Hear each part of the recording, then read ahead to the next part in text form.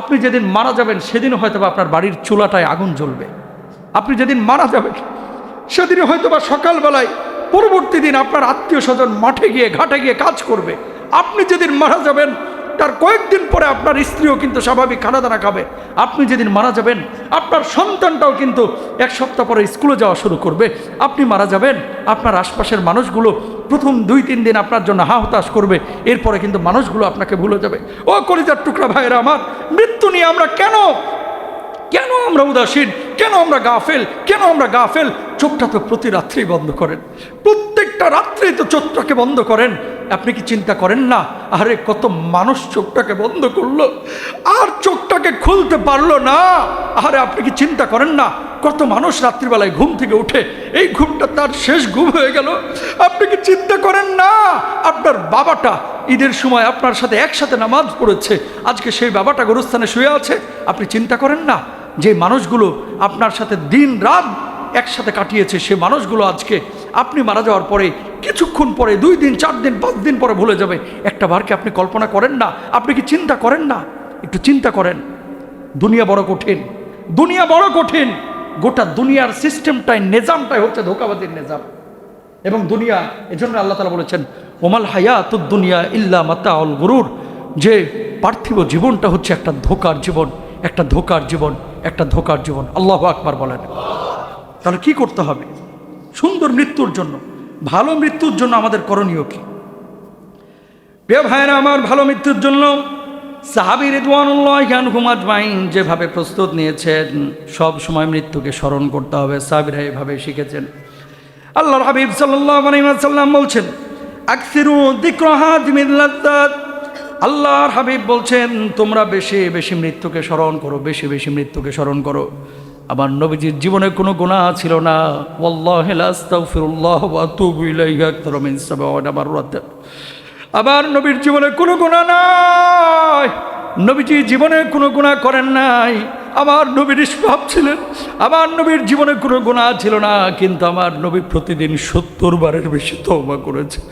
আপনি আমার জীবন, আপনার আমার জীবনে শত শত হাজার হাজার গুনাহ আছে, কিন্তু আপনি আমি দিনে একবারও তওবা করার সুযোগ অনেকেই পায় না। কথা বলেন ঠিক কিনা?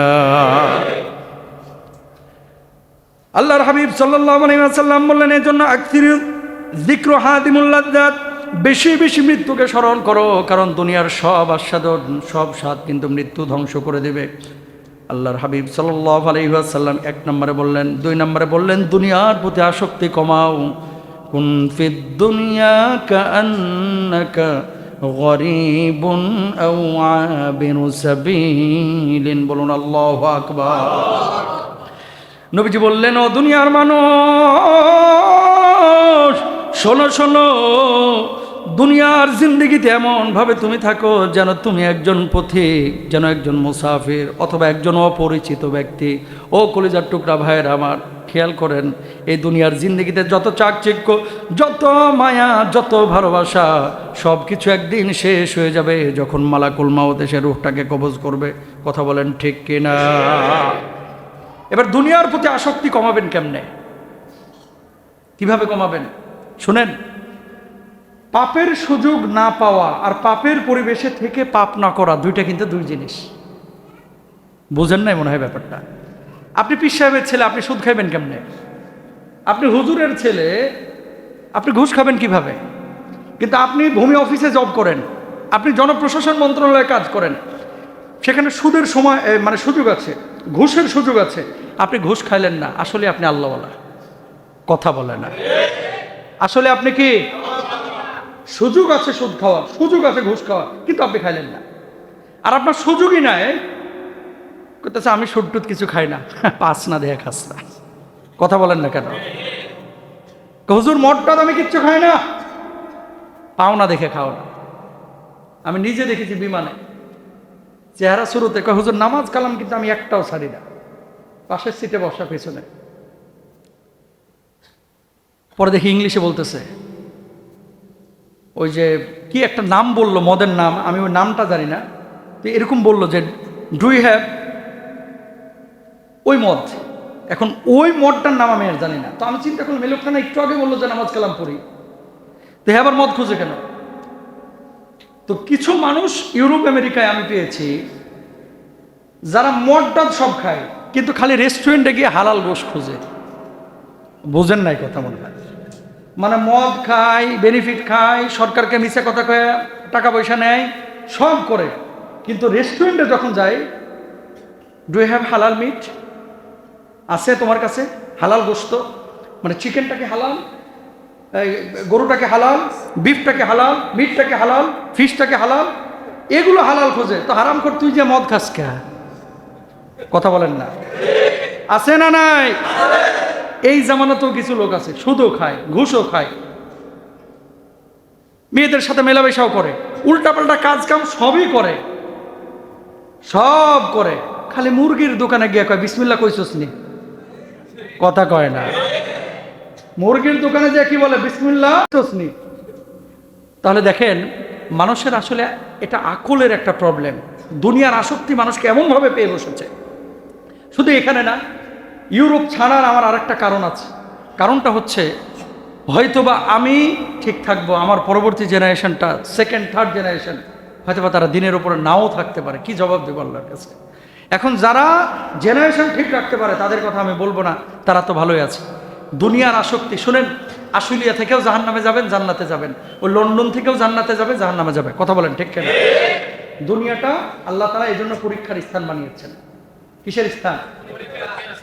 এবার আপনি বলতে পারেন হুজুর, আল্লাহ রাব্বুল আলামিন আমারে বানাইলেন, আল্লাহ জীবন দিলেন, মৃত্যু দিলেন, আল্লাহই তো আমার জীবন আর মৃত্যুর মালিক। সে আল্লাহ যে আবার মৃত্যুর সময় আল্লাহর নবী বিশ্বনবী রাহমাতুল লিল আলামিনকে কষ্ট দিলেন। এর কারণটা কি ছিল কষ্টটা দেওয়ার?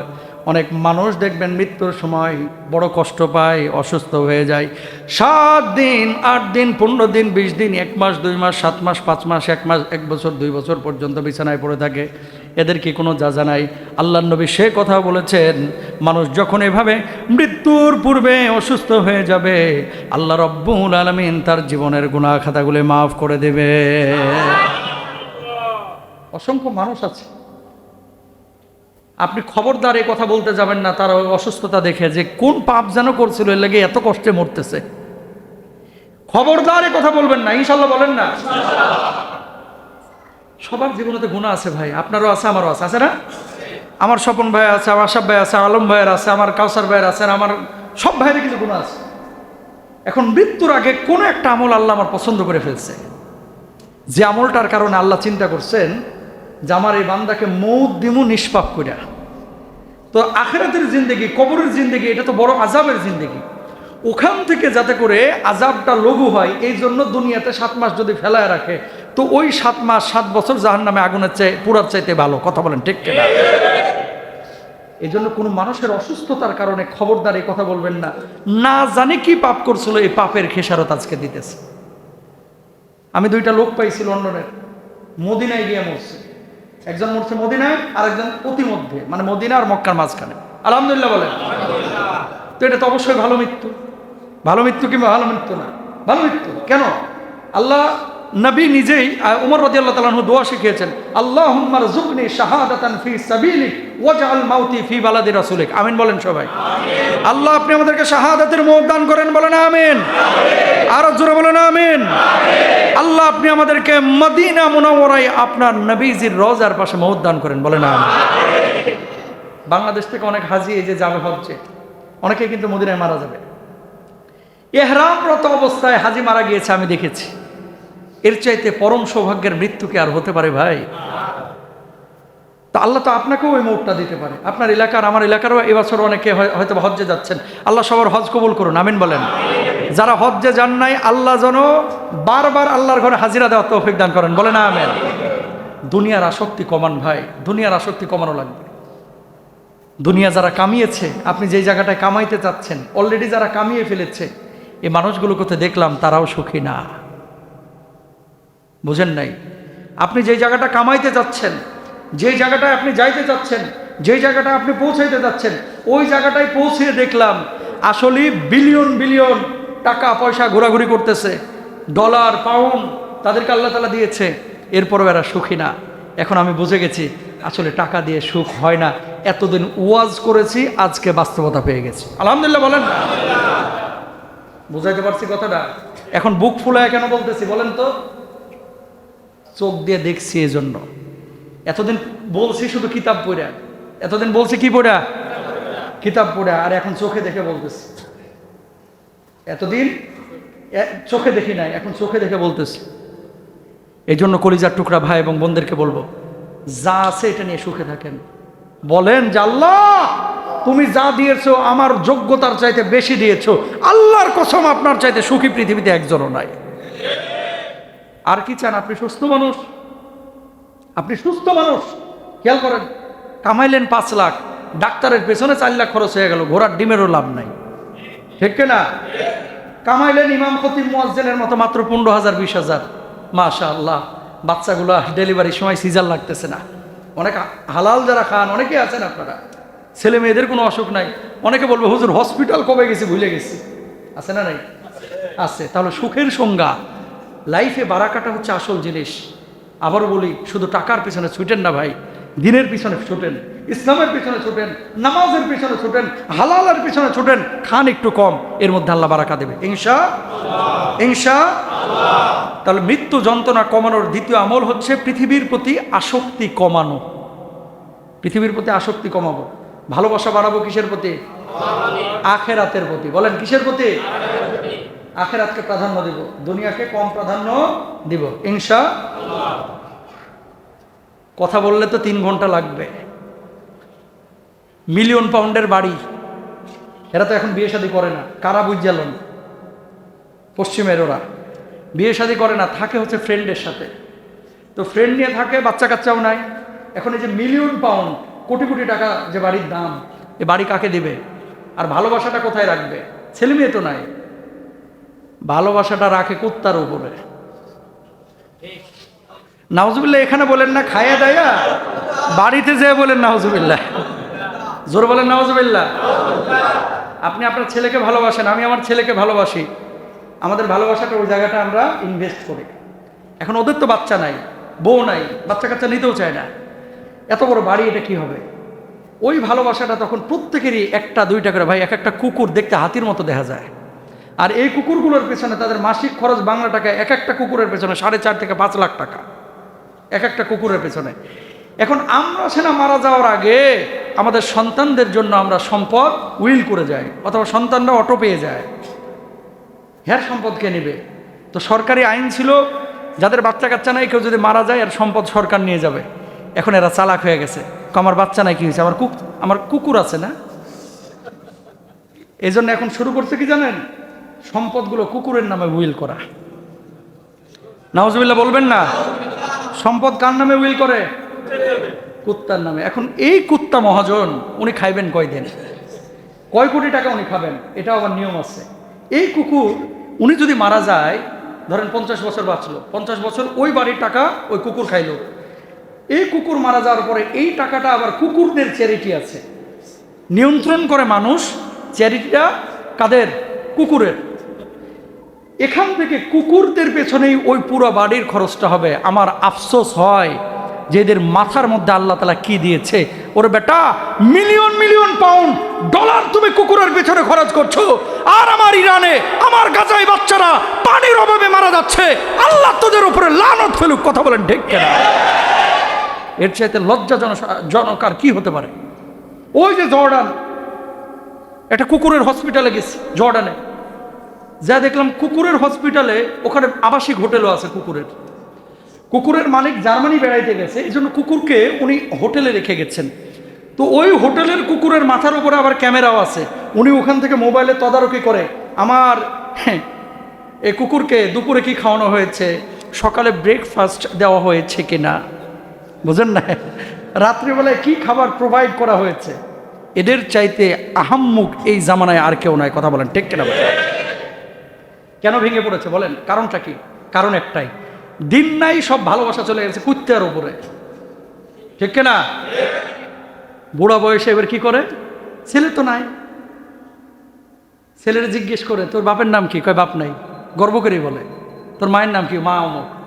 তো এই ছেলের বাপ নাই মানে বুঝছেন তো, ফ্রেন্ডের সাথে মেলামেশা করে হয়ে গেছে। এটা দোষের কিছু না ওদের দেশে, কিন্তু ইসলামে জায়েজ নাকি না জায়েজ? লিভ টুগেদার যেটা বাংলাদেশে এখন চলছে, জায়েজ নাকি না জায়েজ? বিয়ে করে নাই, এখানে গার্মেন্টসে কাজ করতে আসছে, এখানে আয়সা জামাই স্বামী স্ত্রীর মতো থাকতেছে, আসলে জামাই বউ না, আসছে রংপুর থেকে। এরকম রংপুরে ফাইলে একটা ফিডে আছে, আমরা তুলে আলাইবেন। কোন রংপুর, লালমনিরহাট, দিনাজপুর, এই নীলফামারী, সৈয়দপুর, রাজশাহী, ওইদিকে সিলেট, মানে কোন জেলার কোনো মানুষ যদি ধরতে পারেন এরকম, এদেরকে ওই বাড়িতে থাকতে দেবেন না, কারণ ওই বাড়ির উপরে সারাক্ষণ জেনাহের লানত পড়ে। কথা বলেন ঠিক কেন? দরকার হয় দেখবেন যে তোর কাবিনের কাগজ দেখা বেটা, সন্দেহ লাগলে সবাইকে না, আবার খবরদার, আল্লাহ তাআলা এই জাতির উপরে লানত পাঠাবেন যারা এই ধরনের লিভ টুগেদার করে। ইউরোপিয়ানরা করতেছে, এটা ওদের ব্যাপার, আমরা মুসলমান বিশ্বের, বিশেষ করে বাংলাদেশের মুসলমানরা হতে দেব না, ইনশাল্লাহ বলেন, আরো জোরে বলেন ইনশাল্লাহ। তাহলে দেখেন, আপনি যে এত টাকা পয়সার কথা চিন্তা করতেছেন, ওরা তো অনেক পয়সা কামাইছে, পয়সা কামায়া এখন শেষ বয়সে এসে আশ্রয়টা পাচ্ছে না। মানুষ মারা যায়, কেউ আসে না ভাই, কোটটাই পরে ওই যে পুড়াইতে নিয়ে যায়, ছেলেও কান্দে না, মেয়েও কান্দে না, একটু মনটা খারাপ থাকে। আর বুড়া বয়সে চলে যায় সাগরের পাড়ে ক্যারাভ্যান নিয়ে, ওই সাগরের পাড়ে বসে বসে মৃত্যুর প্রহার করে, কেউ কারো খোঁজ রাখে না। এটা জীবন না, এটা জীবন না। জীবন হচ্ছে এই আল্লাহ সুবহানাহু ওয়া তাআলা যে ফরম্যাটে আমাদেরকে দিয়েছেন। আল্লাহ রাব্বুল আলামিন, এই যে মুরব্বী যখন যাচ্ছেন, নাতি এসে জড়ায় ধরতেছে গলা দাঁড়ায়, হ্যাঁ, নাতি আইসা নানা চলো আমার বাড়িতে, এই যে মায়াগুলা, এগুলো কিন্তু সিস্টেমেটিক। মুরব্বীরা যদি দাদা নানা যারা আপনারা আছেন, নাতি নাতির এই সাপোর্টটা না পেলে আপনারা আরো বেশি অসুস্থ হয়ে যেত। ডাক্তারের কাছে যাওয়া লাগে না যদি এই সাপোর্টটা দাদারা পায়া থাকে নাতিদের কাছ থেকে। আমি আপনাদেরকে বলবো, হয়তো আপনার সাথে বাপের ভালো সম্পর্ক না, একটু নাতিটাকে পাঠিয়ে দেন, আপনার বাচ্চাটাকে পাঠিয়ে দেন, যাও দাদার সাথে 2 ঘন্টা খেলে আসো। দাদা অসুস্থ থাকলে দেখবেন সুস্থ হয়ে যাবে। দাদির মাথা নাড়তেছে, বাজান রে মাথাটা ব্যথা, নাতি মাথা নাড়ছে, ওষুধও খায় নাই, দাদির মাথা ব্যথা ভালো। তার মানে কি? এগুলো হচ্ছে সুখ। আল্লাহ সুবহানাহু ওয়া তাআলার পক্ষ থেকে পরম ভালোবাসা ঢেলে দিয়েছে আল্লাহ রাব্বুল আলামিন এই মুসলমানদের কলিজার মধ্যে। সুবহানাল্লাহ বলেন।